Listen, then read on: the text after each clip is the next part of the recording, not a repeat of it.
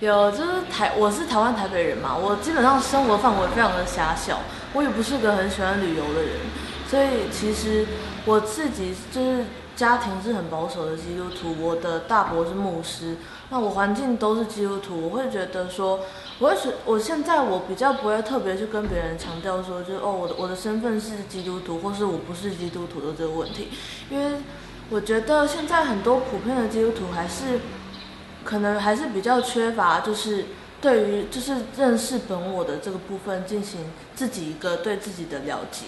对，我觉得宗教这个东西还是出于你自己对自己的一个认识，会占很大的层面。应该说，我现在这个观点是在讲台北这个地方，对，因为我只在这边生活。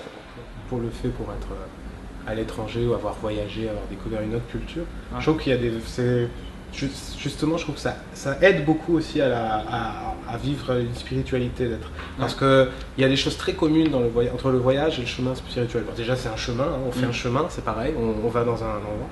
On est ouvert forcément, parce que, on est seul, hein, on arrive tout seul, donc on a aussi cette humilité, finalement, cette solitude face à l'autre, face au monde. On prend des coups.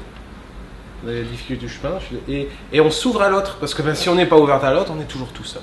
Et donc ça nous force finalement à sortir de nous-mêmes, ça nous force à avoir cette veille, cette ouverture, et finalement on a beaucoup dans cette ouverture, dans cette confrontation avec l'autre, il y a beaucoup je dirais, de choses communes avec la démarche spirituelle. C'est un travail sur soi. 其实在台湾，台湾本身就不是基督教的国家，所以基督教的人口比较少。那身为基督徒，你一开始会觉得，有些人，我可能一开始也有，我会觉得哇，相信一个别人大部分的人都不相信的事情，是一件特立独行的事情。那其实是一种虚荣心，我觉得。那我承认我曾经有，但是现在我就还好了。那我在台湾看这现象，我不否认有这样子的现象，就是有些人加入基督教，只是觉得哇，它是一个外来的文化，那我应该接触。尤其是我现在做教学英文的工作，在办公室里面，很多的台湾的老师都是相信基督教的，那我就会觉得他们是因为学了英文，所以觉得自己应该加入基督教，还是真的有体会？所以我不否认有这样的情况。那其实我不予置评，因为他们有他们自己的体会。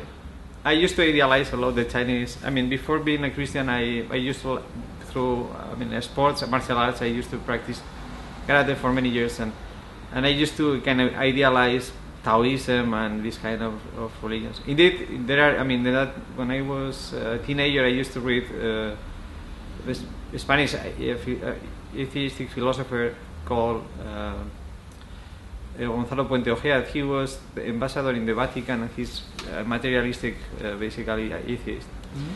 And I remember at the time he used to praise the Taoism because he said that the idea of the universe is more fitted with Taoism than Christianity. Mm-hmm. I mean, and I was a kind of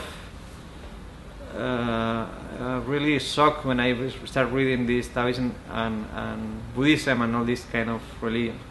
However, when I came here, I mean, I changed my mind in many senses. For example, I discovered, for example, the idea of that in Christian that we somehow all of us are related. I mean that we are brothers. We call in Christian we believe. I mean somehow we believe that all humankind we are brothers. So this is something that when living in Asia, I mean if it's pretty foreign to this idea in the sense that you are important. I mean, I don't want to say that in Asia they don't have the value of the human being, and I don't want to say that.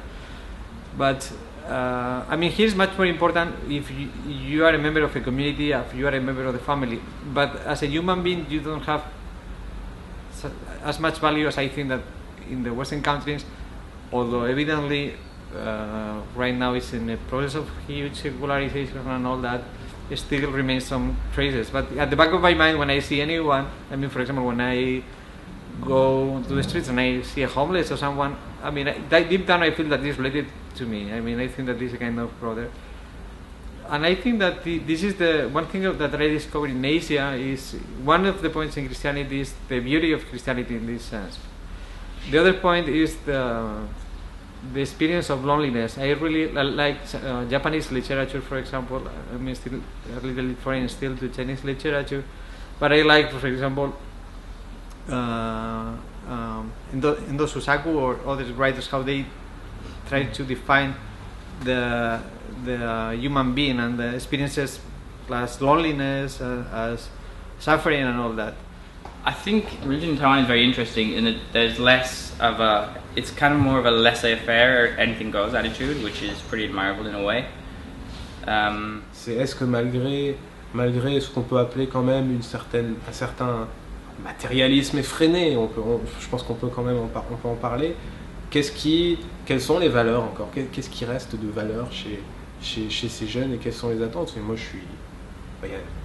bien sûr il y a beaucoup de monde où finalement il n'y a pas grand chose à dire et il n'y a pas beaucoup de dialogue, mais je rencontre tous les jours des jeunes passionnants, intéressants, qui sont très ouverts au monde, qui ont envie de faire évoluer leur société et qui ont un rapport à l'autre, une foi dans l'autre qui n'a pas de connotation religieuse, mais qui pourtant dans un sens rejoint un petit peu l'attention à l'autre qu'on peut trouver dans certaines religions. Ouais. Et ça c'est beau. J'ai rencontré des Taïwanais ici qui ont une intelligence de l'autre formidable et qui ne sont pas catholiques ou qui ne sont pas religieux. Il y a quand même un vrai rapport un rapport à l'autre, une attention à l'autre, de ce qu'il attend, de ce que peut lui donner, que d'ailleurs que je pense que beaucoup de monde a perdu en Occident et moi je peux sentir que je sens en Chine. Une vision alors je sais pas si c'est lié au sens de la communauté, que ce soit la Chine, que ce soit Taïwan, que ce soit le Japon ou la Corée. Moi, la plupart des Asiatiques que j'ai rencontrés, ils ont des antennes. Ils sont capables de sentir les moindres variations d'un visage, un sentiment de loin, et puis de pouvoir le prévenir, ils ont toujours l'attention formidable.